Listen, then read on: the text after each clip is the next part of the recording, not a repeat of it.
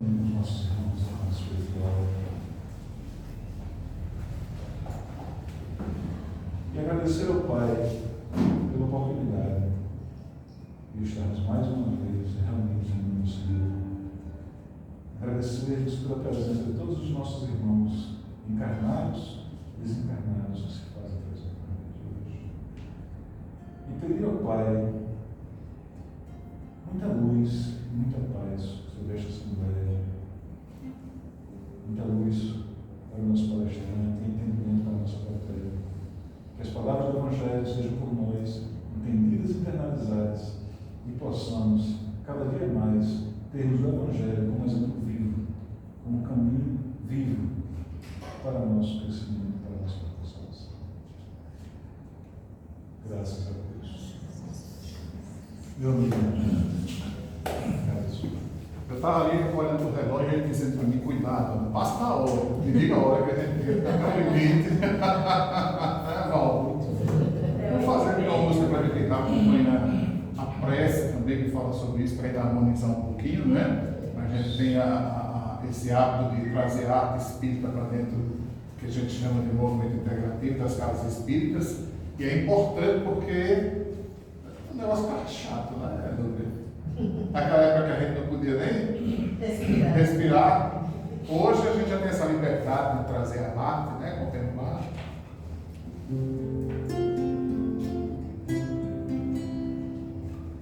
Jesus, no silêncio da prece, os irmãos a te pedem paz, para aliviar o mundo as aflições.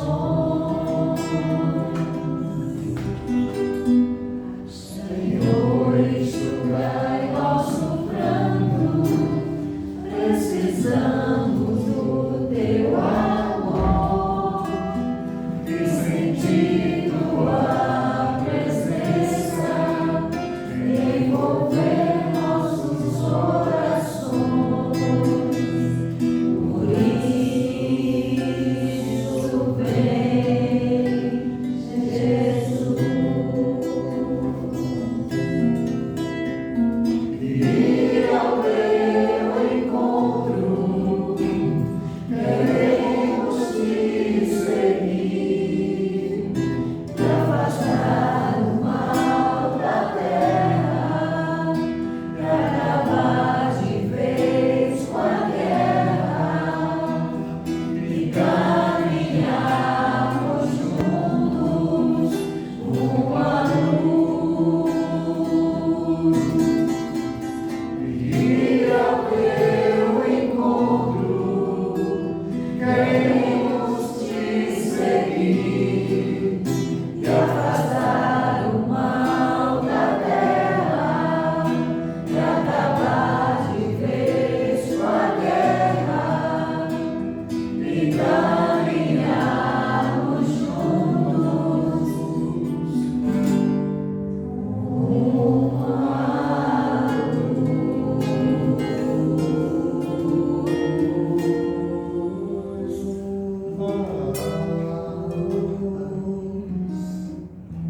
Eu queria a nota ali no final, desculpa. Estava procurando a nota, faltou a nota.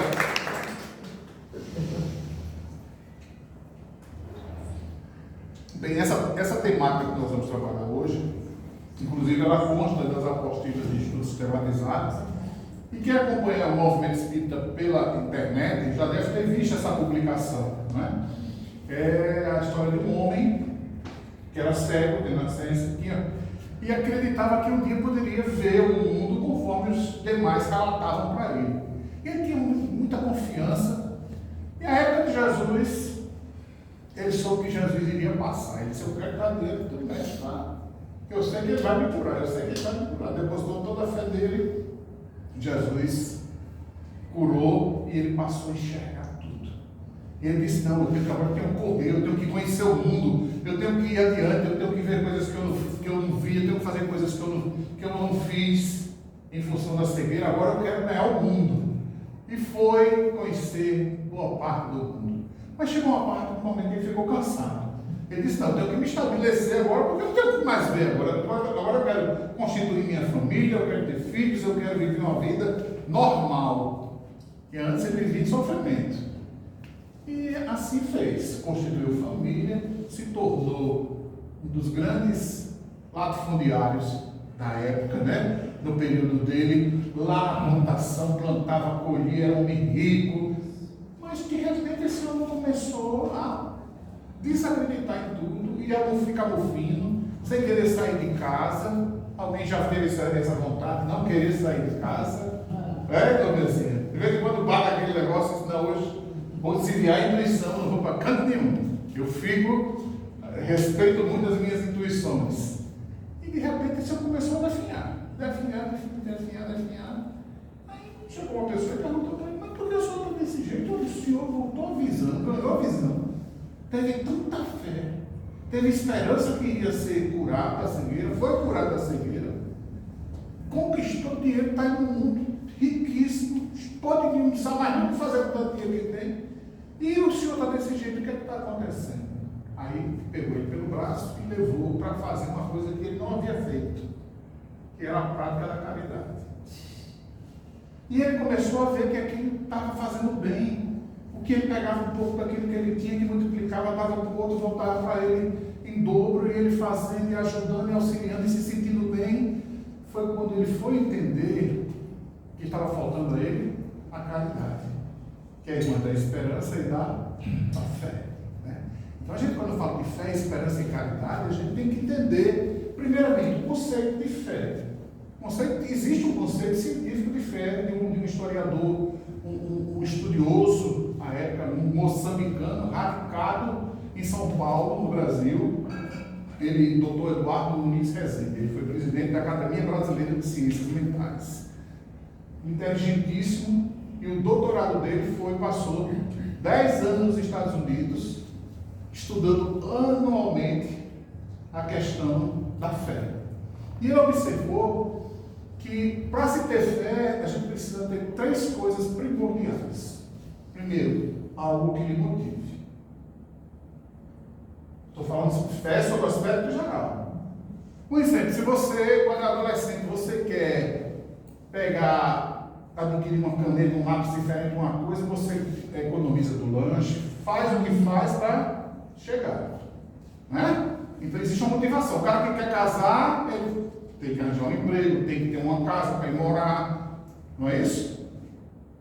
Também é um outro fator motivacional. Aquele que gosta da gastronomia, quer conhecer um restaurante de fino trato, de alta gastronomia, ele se prepara para juntar o dinheirinho para saber que não vai passar vergonha, não vai pagar a conta dele lá, mas ele vai. Quer fazer uma viagem, vai. Quer ir para a Disney, vai. Ou seja, ele diz que isso aí é um fator motivacional, é o que impulsiona a fé.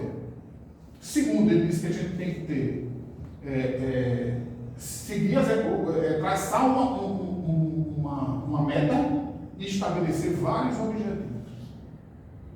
Com isso você consegue tudo.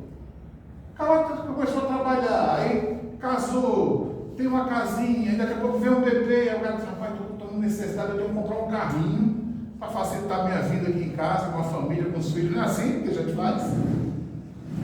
Então, a mesma coisa. Ele disse, isso aí impulsionou, ela organizou. Então, aí você vai começando a reservar do seu salário, tantos por cento no mês, para poder juntar ali mais um pedacinho, para ter condições de comprar o da cada no carro. Né? Ou seja, o que a gente quer depende disso.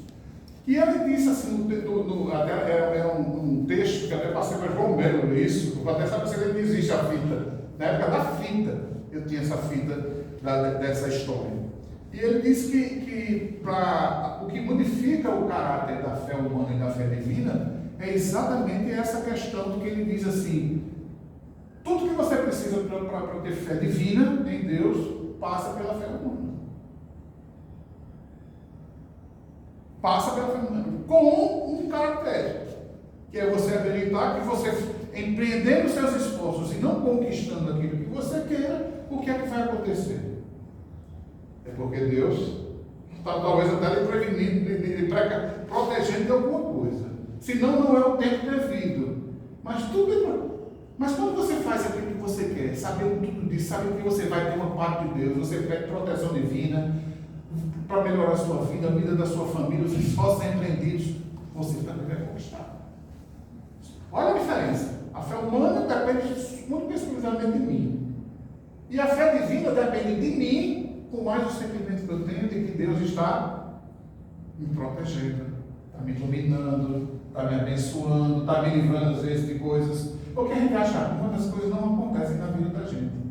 Mas tanta coisa que às vezes está para acontecer. Fala, pronto, preste atenção. Eu sou da família que nasci na família de policiais. Né? Meu irmão foi chefe de investigação. Meu cunhado foi coordenador geral e subsecretário de segurança. E o marido da minha prima era delegado. Isso tudo convivido na infância. Meu sonho era ser policial. Fiz concurso para agente judiciário do Tribunal do Trabalho de João Pessoa. Aí criaram o tribunal aqui e disseram, não, vamos aproveitar o pessoal, acabaram não chamando. Fiz para oficial da Polícia Militar, passei, desisti porque eu tinha passado da Polícia Federal. Na última prova, faltando uma voltinha, 2 voltas, arrebentou o músculo da perna. Com 15 dias a gente entrou com recurso, eu e uma menina que também se contundiu durante a perna, para fazer o teste de novo, faltando meia volta, arrebentaram as 2 pernas. Eu disse que não era para eu ser policial. Tinha que sair para eu seguir minha carreira de professor. Depois eu fui virar bancário, mas nunca pensei em ser bancário na vida. Para você ver como às vezes o direcionamento das coisas. Eu tenho certeza que se eu tivesse assumido como policial, eu tinha morrido. Era atrevido, danado, teimoso, entendeu? Aquele povo que insiste com as coisas. Aí a gente pede proteção a Deus e Deus não abençoa. Deus está abençoando, está tentando te livrar às vezes de uma situação. Às vezes você insiste numa coisa, insiste, a mãe vai lá, dá um conselho ao filho. Faça isso, olha, toma cuidado, faça isso não. Aí acontece o quê? Coisa ruim. Acontece aquilo que é. Mas a mãe veio da intuição. Núbia, uma vez eu estava para Fortaleza com o Mônica, né, o Mateus, e a gente sempre saía 5h15 no máximo, que era para pegar a estrada, tomar café em Ouro Branco, em Mossoró, lá no Hotel Ouro Branco, tomar o café e já seguir para João Pessoa para chegar lá em Fortaleza bem cedinho. Nesse dia, eu com tudo dentro do carro, com menino, com mulher, com troço, tudo. E Mônica começou, impaciente. A gente vai pegar não, mas café não. Ah, dessa tarde, mas o que foi? Eu esqueci uma coisa, eu ia esperar 10, 15 minutos, enquanto eu baixar. Mas o que é? Eu digo, eu estou tentando lembrar o que é. Olha aí. E aquele negócio, não vai. Quando passou uma meia hora assim, disse, não, aí vai aquele sentimento, não, já pode ir agora. Que eu cheguei a reta, o tempo que eu levei para atrasando, foi o tempo que houve um caminhão que veio na reta Tabajara ali, entrando para a reta Tabajara, pegou 3 carros, cada uma direção, 3 carros levou, o quarto era meu. O quarto era o meu. Então eu não vou. A gente tem muita intuição, às vezes as percepções, aquela coisa, dizendo para você não insistir, e a gente insiste. Aí dá para o burro na água, a gente passa o sofrimento, né? Mas você veja, aí o sentimento, quando a gente entende essa mensagem do Eduardo Muniz falando da fé, que a fé a fé é muito parecida uma com a outra e tudo mais, você fica pensando sobre a questão própria desse sentimento de fé. O que é ter fé? Verdadeiramente, o que é ter fé para vocês? O que impõe ter fé? É algo que porque você acreditar em algo é diferente de ter fé. Entende? Você acreditar em algo é diferente de você ter fé. Porque eu posso acreditar que se eu acreditar na lei que diz que existe a lei da gravidade. Vamos comprovar? O livro caiu. Me comprova. Eu tenho crença e acredito que isso aqui é verdade. Agora, ter fé. Confiar, né? Confiança. É confiança em Deus. É confiança na espiritualidade. É confiança nas suas, é crer nas suas possibilidades. É o que o doutor Eduardo disse no final do texto. Ele diz, ter fé é ter crença nas suas possibilidades. Porque o caminho que você vai tomar, se é material ou o caminho é espiritual, você está acreditando que de todo modo você vai ter uma proteção sobre você. Você vai ter ali um anjo de guarda, você vai ter espíritos amigos, vai ter espíritos cooperadores de uma tarefa assistencial numa casa espírita, não é? Você não abre somente aqui, vai chegar assim, não abriu a casa espírita, eu vou dizer, vou abrir um trabalho de assistência. Se não tiver um amparo espiritual, não tiver a crença sua que está à frente da atividade, está coordenando que aquilo ali vai acontecer, que vão chegar recursos, que vão chegar materiais, pessoas para compor tudo isso, o trabalho vai sair do canto. Eu vou ficar esperando o tempo bom para juntar um número de pessoas, para que aquelas pessoas possam começar a colaborar, para começar o trabalho. Olha aí. Mas quando eu sinto dentro de mim algo que diz assim, não importa, não tem recurso, não tem nada, mas eu vou fazer. Olha que coragem. Olha que coisa boa, a esperança na crença. Acreditar no amanhã, né? Tem uma música até que fala, acreditar no bem é olhar uma criança. É linda essa música, não é? Acreditar no bem, lembra do nome da música. Depois você vai. Então você acredita, você tem fé. A fé transpõe o limite até do seu consciencial, não é do seu racional. Porque a fé, como a gente diz, a fé cega, é aquela que eu mando você fazer coisas que são, né, absurdas e a título de enganação, a título de poder tentar impor uma crença com você, com alguma outra coisa. Então eu vou fantasiar, eu vou dizer que foi isso, que foi aquilo, mas na verdade você não tem esse sentimento de nada dentro de você. E outra coisa, eu digo sempre que a fé é um sentimento que é construtivo. Às vezes você pode acreditar, mas você não tem fé. Aquela coisa, eu acredito que não vai dar certo. Acredito. Mas eu estou fazendo um por outro fazer com que a coisa dê certo. Mas quando eu tenho fé, eu acredito, eu sei que vai dar certo, que eu vou ter que me esforçar mais, que eu vou ter que dedicar mais tempo para estudar, para planejar, para organizar, para estar dentro da tarefa. E a coisa acontece. Olha como muda o sentimento, como muda a razão. Porque a gente faz a nossa fé uma fé que é raciocinada.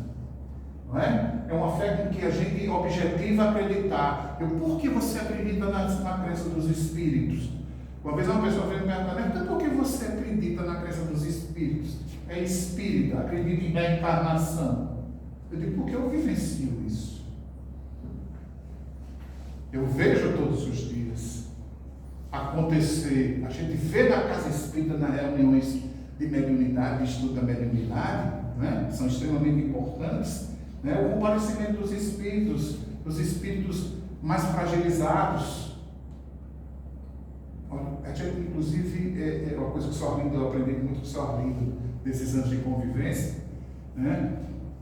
E muito mais antes, é como ele diz, ele fala muito sobre essa questão, né? Ali não estão obsessores, tomadores de posse, ali estão seres extremamente necessitados da nossa compreensão, das nossas intenções, das nossas vibrações, porque uma das coisas que a gente tem que aprender dentro de um grupo de trabalho, que é um trabalho que nós temos para trabalhadores, que se chama casas ou grupos, que a gente vai entender que dentro de um grupo mediúnico, principalmente um grupo de estudos, a primeira coisa que tem que ter confiança. Confiança em Deus, confiança na espiritualidade, confiança em você, confiança na equipe de trabalho que está ali coordenando a atividade na casa, confiança no meu amigo que está do outro lado. Eu não posso questionar ele. Eu posso até pegar, receber uma mensagem, a psicografia, mostrou que eu analisar, tá, vamos ver os critérios, vamos observando. Porque tem gente que o outro dá uma comunicação e você já fica, lá tem aquela pessoa. Olha o pensamento. Como é que esse grupo está estruturado? Porque existe uma coisa, vocês podem ter aqui uma sala com ar-condicionado, com tudo, você tem um ambiente show. Não tem ambiência. Ambiência é integração. Integração fluídica.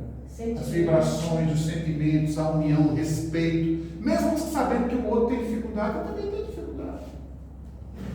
No Brasil, desse jeitinho. Ei, Valdo! E Valdo? E fala. Né? Cada um tem o seu jeitinho, não tem? Ela sabe, ela está para ver, tem muito, cada um tem o seu jeitinho. Ou seja, então, a nossa fé, tem uma das passagens que eu acho mais bonitas, estruturalmente falando, é da mulher Ruiz. Eu conto sempre ela, não me canso de repetir, porque para mim ali é uma prova de fé. Não é somente acreditar. Ela começa a ouvir que Jesus haveria de passar as cercanias da cidade. E que vinha fazendo prodígios, os prodígios, todo mundo sabe de Jesus, as curas, multiplicação de pães, né? Os peixes. Olha, o que é que ela diz? Eu preciso estar diante deste homem para que ele possa me curar. O que é que nós temos envolvido aí dentro da nossa estrutura do professor Eduardo Nunes recente aí? Primeiro, a motivação. A motivação dela era para quê? Para que ela segurasse daquela hemorragia abundante, não sei quantos anos, desde novinha, sangrando. Você sabe que a mulher naquela época, quando estava sangrando, né, que tinha o ciclo menstrual, ela não podia chegar perto das pessoas, ela ficava isolada, para passar aquele ciclo, e a partir daí se purificar, para poder, então. A mulher falar com o homem era proibido. Ela não podia falar. Se ela fosse casada, tinha para pedir permissão do marido para falar com o outro. E assim, né? Então, assim, existe uma carga muito grande sobre a mulher na época. Olha, então o que é que acontece no lance? Ela diz, onde ele está passando? Ele vai passar em tal lugar, está vindo.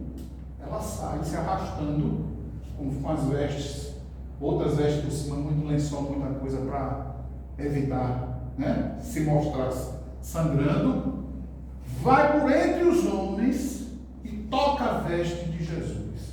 Então ela teve a motivação, ela fez a etapa, teve coragem, bastante, teve uma coisa que foi se programar, que é, qual é a etapa final dela? Tocar Jesus, chegar diante de Jesus. E qual era o objetivo? Passar pelos homens, chegar até o local. Olha aí. Está estruturado? Enfrentar, né? Enfrentar o desafio. E o que é que tu faz? Quando ela toca a veste de Jesus, tocar as vestes do homem é uma afronta maior do mundo. A mulher podia ser condenada até apedrejamento. Não podia. E principalmente no estado que ela estava, impura. Mas ela toca e Jesus sente o magnetismo daquela mulher. Ele se volta para os discípulos que ali estavam e diz: quem me tocou? Os apóstolos, na hora, contaram a mulher. Foi esta mulher. Esperando que Jesus fosse repreendê-la. E o que é que Jesus diz? Estás curada, porque de mim senti que saíram virtudes. A crença racional, a crença pura, a fé, a esperança de Deus. Olha, veja aí, uma outra situação. E a partir daí ela segue Jesus.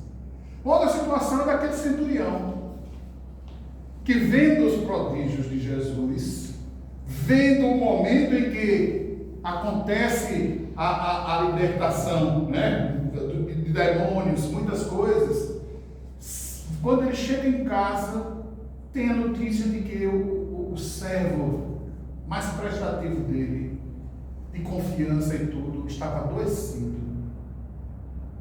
E o que é que ele faz? Corre em busca de Jesus. Quando ele sabe que Jesus está determinado daqui, chega, está aquela multidão que vem, que ele vem correndo, centurião, correndo diante de eu quero falar com ele, ficava logo com medo, né? De querer matar Jesus. Mas o que é que acontece? Jesus deixa ouvir. Ele vai a Jesus e diz: mestre, eu vim aqui para te pedir que olhes pelo meu servo, filho, que durante muitos anos me prestou serviço com dignidade, tal. Eu sei que se o senhor for lá, ele estará curado. E Jesus disse: não, meu filho, não precisa. A tua fé o curou. Vejamos que coisa bonita também. É um outro lado, eu não estou ali. A expectativa minha é na confiança, é na crença, é na vontade de poder. Olha o magnetismo gerado com isso. O sentimento. Por isso que os Espíritos dizem que nós estamos vivendo a era dos sentimentos. Porque tem tanta agressão. Eu perdi o controle em um segundo. Deu um tapa, puxou o revólver, atirei, puxou esse cabelo de um, matei. Basta um segundo.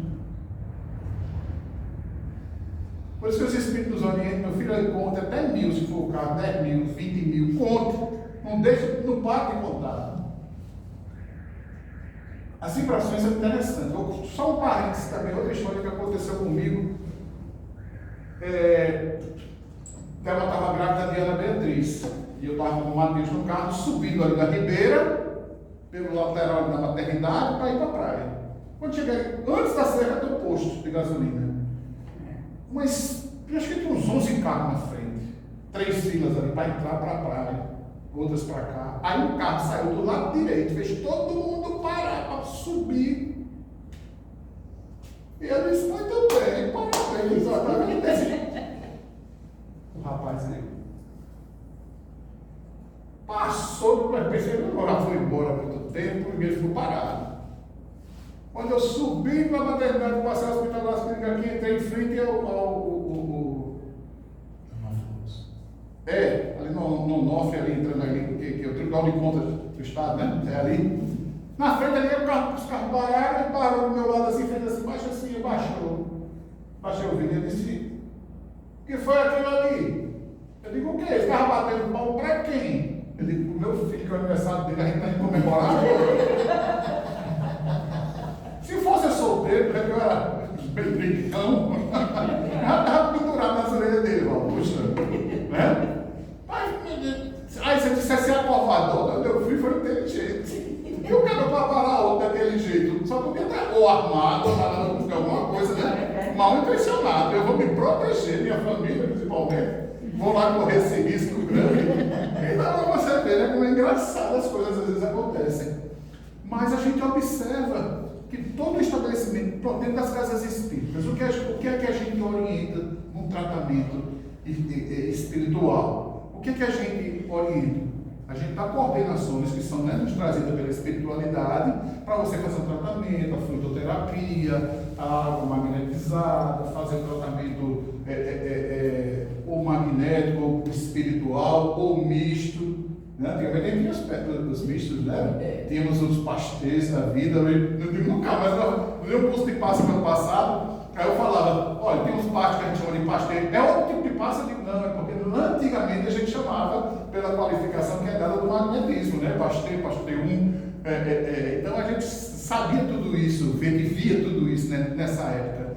E assim, a gente começa a observar que às vezes falta o direcionamento das pessoas naquilo que querem. Primeiro, a gente precisa ter convicção. Não é só crença, é a convicção, é a certeza. Porque existem coisas dentro do espiritismo que eu tenho crença, mas que eu ainda não tenho comprovação científica, sim, diversas coisas. Mas cada vez mais que vai passando, a gente vai vendo a integração da ciência com a ciência espírita. Dr. Sérgio, né, de São Paulo, fez estudo sobre a glândula pineal, fantástico. É quem mais sabe sobre isso no mundo. O trabalho com ressonância magnética, comprovando que quanto maior o número de cristais na glândula pineal, né? Então, quanto maior, isso é indicativo que é a sua mediunidade é maior também. Né? Nós somos uma estação de rádio. Por exemplo, a gente vai captar um jogo, né? Transmitir um jogo, a ABC América. Aí tem lá, o cara vai para lá, transmite para a rádio, da rádio, aí vai pegar uma frequência. Da rádio para poder vai estar no seu dial, que é a sua frequência. Esse dial, quem é que vai sintonizar? Quem é que está com outro rádio do outro lado na mesma frequência. Então eu vou querer ver no 96, ou na 108, ou no 98, ou no 88. Quem faz a escolha é quem? Somos nós. Então a mesma coisa em relação à fé. Só que hoje a gente tem um atributo, que eu digo que é a atenção que a gente deve ter para o atributo da fé em relação a essa condição de nós não nos perdermos diante da razão. Não nos perdermos diante da razão. Porque às vezes o sentimento fala mais alto. E a nossa crença naquilo, às vezes não é pela crença, pela convicção que nós temos sobre o assunto. Não é. Às vezes é estruturada naquilo que é propagado. Aí você se depara com a falsa fé. Olha, que é Zé? Zé é um homem que vivia ali na catedral, essa história é verídica, na catedral de São Paulo, perto da igreja matriz ali em São Paulo, e andava para todo lado, ria, mas quando dava meio-dia, ele ia lá na igreja, ia diante do altar, se ajoelhava, olhava para Jesus e dizia: oi Jesus, é o Zé. Isso frequente. Um dia ele foi questionado pelo porteiro, ali o cara que estava cuidando da igreja, porque ele entrava ali tão rapidinho e saía. Ele estava querendo o quê? Estava querendo roubar alguma peça, saca, alguma coisa, o que ele ia fazer? Ele disse: não, eu vim apenas aqui falar com Jesus, dar oi para Jesus. Passou um tempo, Zé adoeceu, ficou ruim e foi internado na Santa Casa de Misericórdia. E estando lá, na enfermaria que Zé estava, não tinha tristeza. Era alegre, ele se preocupava com os outros. A família chegava, a família preocupada, ele cuida, falava com as pessoas, fazia todo aquele meio de campo, brincava, ria de tudo. Aí uma vez o mais superior chegou lá, o diretor do hospital, entrou e chegou e disse: ei, me responda uma coisa, meu filho. De onde você tem tanta fé? Por que você não tem familiar? Você não tem ninguém que venha aqui lhe visitar? Eu não sei. Ele disse: a senhora que se engana. Porque todos os dias, ao meio-dia, Jesus vem ao pé da minha cama e diz: pois é, aqui é Jesus. Então essa é a nossa capacidade. Quando nós enfrentamos a doença, você vê que é o objetivo. Minha avó, Dúvia, era benzedeira de passar galinha. Fazia partos, parteira velha, no interior, e passava todo mundo. Uma vez eu conversando com ela, eu perguntei assim: me diga uma coisa. O que é que a senhora vê alguma coisa, escuta? Ela disse: vejo. Eu digo: quem? É um molecote. Aí disse: os anjos do Senhor. Ele disse: e a senhora escuta alguma coisa? Ele disse: eu escuto eles cantando, né? Falando. Eu digo: e avó, como é isso aí? Aí ela explicava. E eu digo: na hora que a senhora está curando, a senhora vê o quê? Ela disse: eu vejo a pessoa por dentro, toda transparente. Ela disse que via dentro do corpo das pessoas. Olha a capacidade. Estava eu com minhas crises de coluna internada já há 45 dias. Ela soube que eu estava indo lá, porque no máximo a cada 15 dias eu tinha que bater meu ponto lá, porque senão o vovô achava ruim. Aí quando cheguei, ela disse: mande trazer uma camisa de Nertan para eu rezar. Ela rezou na sexta, rezou na segunda sexta, no sábado eu saí do hospital. A terceira sexta eu estava lá rezando com ela. Né? Então a fé, e ela independe, a fé, entenda, ela independe da religião. Porque no sentido estrito da palavra religião, se a gente for olhar estritamente, é o que é? Reunião de pessoas em torno de uma constituição de um dogma, algo que subsiste a isso, né? Quando a gente entende assim de uma forma bem simplista assim. Mas quando a gente conhece a verdadeira fé, a gente vê a fé de pessoas como Francisco de Assis, como a irmã Dulce, sabe? Irmã Dulce fez uma com o Divaldo contando pra gente quando vinha naquelas caravanas, às vezes eles ficavam na sala do café e tomando um cafezinho e contando as historiazinhas. Ele contou uma vez em Salvador, estava lá, o que acontece com ele. Só um minutinho.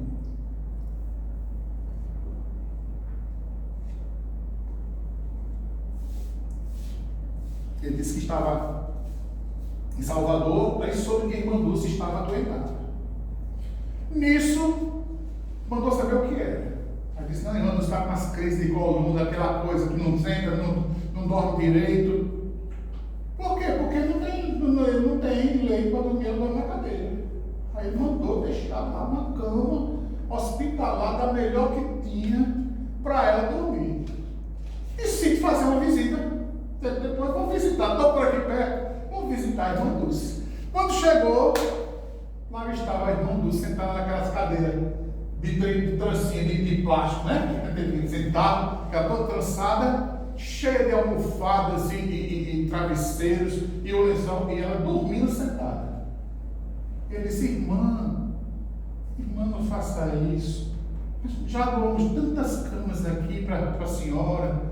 Aí ela disse, pois é, meu filho, eu vou deixar as camas para os meus doentinhos que precisam mais. Essa capacidade.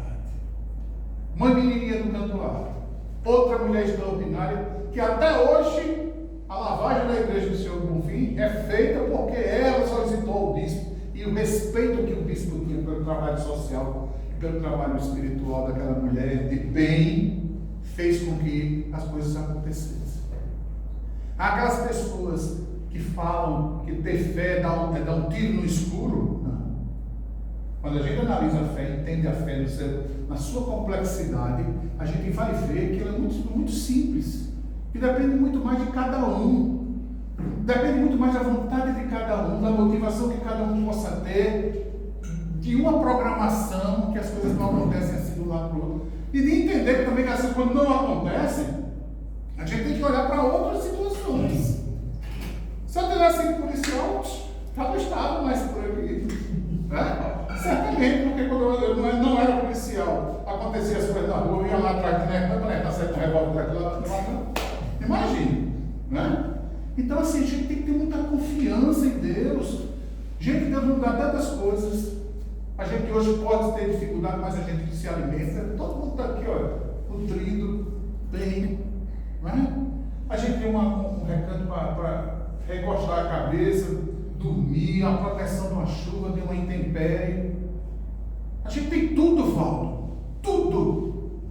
Mas a gente reclama. Falta-nos o espírito da gratidão.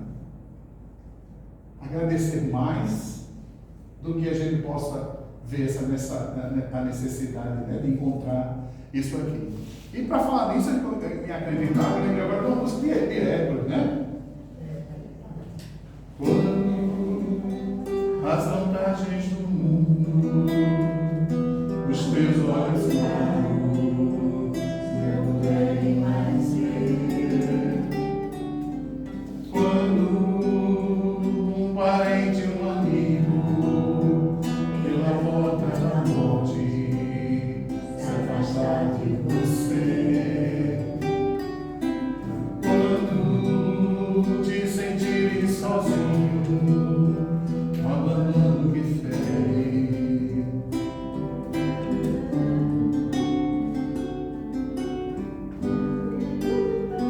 uma querida confia, Jesus está contigo, te faz bem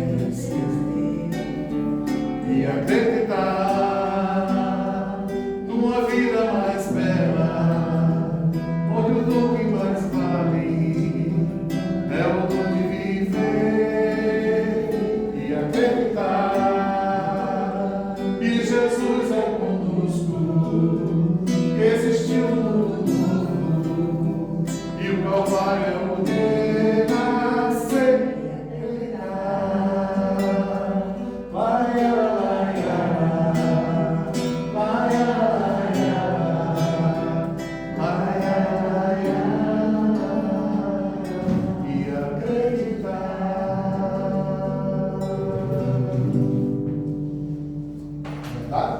Se a gente não acreditar, o que vai acontecer? O mundo está perdido. Pois é, então essa convicção de fé. Eu vi, inclusive, eu trabalhava em plataforma marítima, eu sempre conto essa história, que me reporta muito essa questão da razão. Que a razão está presente em todos os cantos. Né? O entendimento da razão, das coisas, Valdeir, depende de cada um. que ela está lá. Eu vi um pastor evangélico, na época eu trabalhava em plataforma, e a gente assistia aquelas transmissões pela parabólica. E tinha um pastor americano chamado Jim Sweater, uma grande liderança americana, aquele que lotava ginásios, sabe, auditórios, sempre uma pregação muito forte, tinha uma parte de louvor, que eu acho muito bonito, né? E ele conversando sobre a questão da salvação. E ele disse, eu vou fazer uma pergunta à Assembleia, aquelas pessoas, mais de 5 mil pessoas que estavam nesse ginásio. E perguntou, quem aqui acha que está salvo? Quase todo mundo. Mãozinha para cima. Aí ele disse, eu vou perguntar novamente, quem acredita que está salvo? Verdadeiramente acredita que está salvo. Metade já ficou com a mão abaixada. Aí ele perguntou, vou perguntar a terceira vez.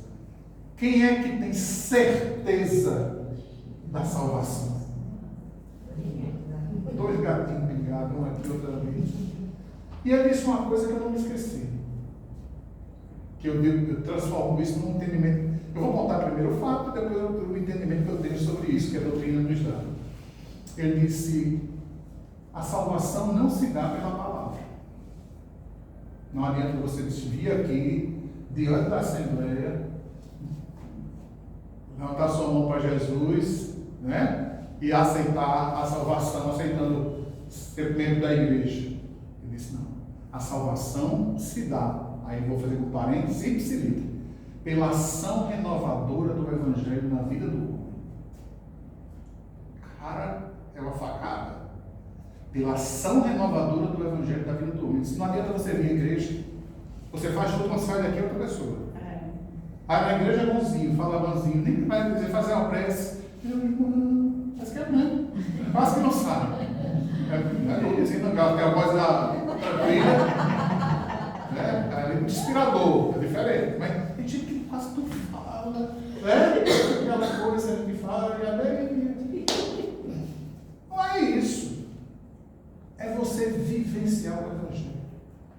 É você poder dizer assim, eu estou seguindo o caminho correto. É o que a gente vai estudar no Evangelho segundo o Espiritismo. O homem de bem, o texto. O homem de bem. O que é que ele diz? Que o homem de bem é aquele que tem fé, acima de tudo, né? Tem esperança, tem caridade. Olha aí. É aquele que é benevolente, que é indulgente. É aquele que não guarda rancor, nem mágoa do outro. É aquele que perdoa, é aquele que ama. Aí começa. Lá no final ele vai dizer assim, não estão aqui listados todos os caracteres que pertencem a uma pessoa de bem, caracterizam o homem de bem. Mas aquele que procurar segui-las, essas que estão aqui, já estará no bom caminho. E a gente acha porque a gente vem à casa espírita, a gente atende, a gente faz um diálogo fraterno, a gente dá um passe, a gente estuda, a gente está aqui para abrir a casa, para arrumar, para organizar. Mas já se acha o dom do céu. Está difícil. Aí eu vou para Kardec. Kardec ainda dá. A palmatória é grande de Kardec ainda. A palmatória é grande. Questão 350 do Livro dos Médiuns, a última. 48, 49 e 50, as 3 últimas. Ele diz assim, pergunta assim, Kardec, se o Espiritismo, né? Ele diz assim, se alguns pretendem fazer com que o Espiritismo se torne a alavanca de salvação da humanidade, eis o caminho a seguir. Primeiro, essa mudança tem que acontecer a partir de nós mesmos. Eu não posso estar cobrando de Jeová do mundo, das pessoas, dos governantes. Ai, porque Lula fez isso, porque Bolsonaro fez aquilo, porque não sei o que, não sei o que. Eu não posso cobrar dos outros o que fez, o que deixou de fazer, que é responsabilidade de cada um. Eu tenho que saber o seguinte, eu estou fazendo a minha parte? Eu estou cumprindo os ensinamentos de Jesus? Porque o modelo a gente tem, o guia a gente tem. Quando pergunta a espiritualidade no Livro dos Espíritos, quem é o maior dos Espíritos que aqui habitou entre nós? Jesus. A hora curta, Jesus. Ele é o guia e modelo para a humanidade. E como é que nós... Eu vou fazer agora, pegar a fala de Gandhi. que se os cristãos seguissem aquilo que está escrito no cristianismo, seria de bom grado. Que o problema não está no cristianismo, está nas pessoas. Porque é muito bom então, me rotular que eu sou espírita, que eu sou católico, que eu sou evangélico, eu sou messiânico, mas as minhas ações não corresponderam àquilo que Jesus quer na vida da gente. Tá? É até 8h30, se eu não me engano? Tem um sobrejozinho aí, mas a gente cantar mais uma música. Então, assim, a gente fica na expectativa, sempre, Val. E outra coisa que a gente não tem que entender, gente. Tem que entender, entendam. Nós não estamos ainda nem na metade do percurso para a nossa formação superior. Estamos engatinhando. Estamos nas primeiras escolas. Olha, se você for pegar a questão dos mundos, a gente saiu de um mundo primitivo, das primeiras encarnações, passamos um bom bocado lá o negócio era, passamos pela primeira grande transição, dos mundos primitivos para o mundo de regenerações e de provas. Estamos agora encerrando esse ciclo para adentrar o outro, esse meio de campo embolado. Ainda falta ainda 47 para frente. Regeneração, mundo feliz, ditoso, celeste e divina. Olha aí. Está pertinho? Então a gente não pode ser pequeno. Porque eu digo assim, os maiores, você pega e vai estudar, aí você vai pegar, depois da morte ele é um inimigo. Ele diz, os espíritos quando desencarnam sequer reconhecem quem são. E passa mesmo aquele filminho. Já tem aquelas EQM, né? Aquele filme passando assim na sua vida, tudo. Você, rapaz, eu poderia ter feito isso melhor. Tal, passa. Mas aí é que está. A gente tem que entender, o espírito do irmão Hadash, ele fala uma coisa, que a gente tem que aprender a recrudescer na prova. A gente tem que recrudescer na prova. O que é recrudescer na prova? Você passar pela mesma prova várias vezes. Então, exemplo. O nome da senhora é Elba. Elba, na sua vida passada, gostava de falar um pouquinho mais. Sabe, né? Aquela pessoa, né? Hipoteticamente aqui, brincadeira, tá, gente? Então, existe aquela pessoa que gosta de falar dos outros e tudo. De repente, aí conheceu uma religião, começou a frequentar e disse, agora não vou me controlar, porque agora. Aí daqui a pouco a pessoa chega para contar um segredo, ela conta o outro. Aí chega para contar para o outro, chega para contar o outro. Caiu. Aí lá na frente, pede perdão porque fez, porque contou. Lá na frente apresenta de novo a mesma prova, que é para ela se calar, para ter o cuidado, não falar das pessoas e tudo. Aí ela cai de novo. Aí vão apresentar de novo lá na frente, a mesma circunstância, de uma maneira diferente, num tempo diferente. Aí você cai novamente. O que é que acontece com isso? Mas quando vai apresentar mais uma vez, aí você diz, epa, já caí aqui assim, e agora eu não posso mais cair da outra vez, não. Aí você segue a sua vida. Aí você recrudesceu na prova. A gente acha que vai passar só por uma conta, fazer só uma conta. Quantas contas na vida a gente fez quando foi aprender matemática? A gente sabia somar 1 mais 1. Não é?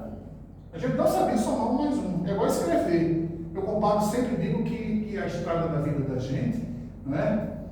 É muito engraçado porque a gente observa e vê que é uma caminhada que tem passos gradativos, tem momentos de introspecção. Quem nunca passou por um desengano, quem nunca perdeu um ente querido, todos nós. Porque isso devia ser um estado natural do desenvolvimento humano. Mas quando a gente erra, a gente não aceita. Aí a gente se pune, lá no dia depois da morte. Os maiores cobradores são os próprios espíritos. Esses que se cobram mais. Não é o outro que vai chegar, vai lhe apontar o dedo, vai fazer isso, não. É a nossa consciência. Porque sabe que quando a gente está do lado de lá, alguns espíritos têm a condição de poder fazer suas escolhas.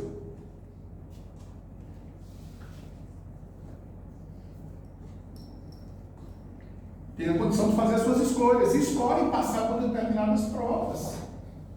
Aí quando estão passando pela prova, reclama. Mas Deus, o Senhor não quer que eu evolua. Se você pediu para passar pela prova para evoluir, aí Deus lhe deu a prova e você está reclamando de Deus. Porque falta-nos a compreensão do verdadeiro sentido da vida. Né? Eu digo sempre, o meu lema, que eu adoro, de Gonzaguinha, é viver e não ter a vergonha de ser feliz, cantar e cantar e cantar, a certeza de ser o eterno. Ai meu Deus, eu sei que a vida devia ser bem melhor e será, mas isso não impede que eu repita. É bonita e é bonita, e é bonita a vida. Né? Então a gente tem que ter essa concepção e saber, né? Saber que a gente tem que acreditar, tem que ter fé, tem que ter esperança e tem que praticar a caridade. Sem ela, a gente não está no caminho, né? Fazer a nossa última música.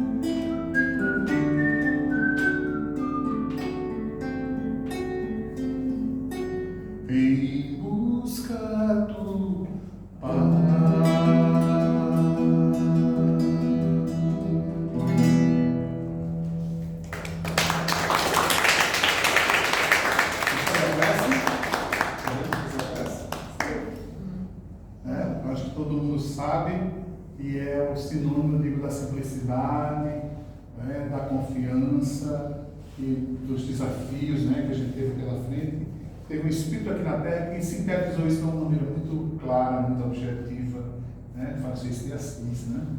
E o que é que ele diz na oração? Ele transforma essa oração que é conhecida por oração de São Francisco, que na verdade era conhecida à época como oração da gratidão, no seu grande lema, né? Porque quando ele diz assim: Senhor, fazei de mim um instrumento de vossa paz.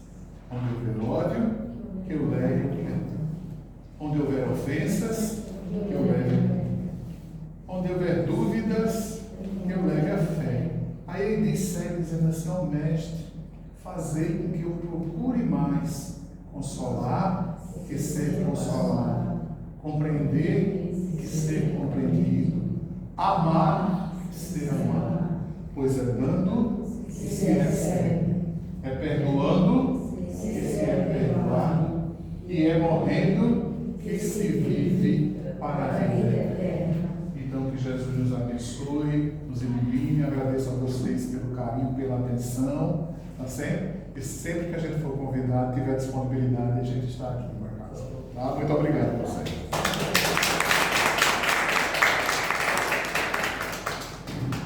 Agradecemos muito por você ter aceito o nosso convite aqui para o Recanto.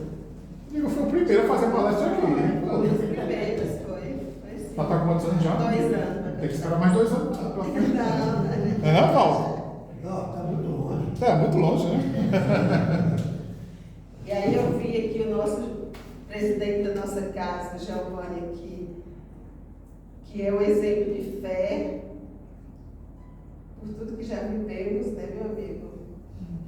E continuamos vivendo. E deu para perceber que a turma aqui estuda, né? É verdade. Você fez 3 perguntas e eu vi gente aí respondendo com Olha aí, segurança. importante. E outra coisa, a primeira música você viu que todo mundo canta. Olha aí. De canto. Eles falam de canto, muito bem. Essa última é sua autoria? Essa é do grupo Sábado de Sol de São Paulo. Não conheço. Foi uma das primeiras músicas do movimento espírita que eu comecei a tocar. Antiga mesmo. Muito tempo. Vozes do coração.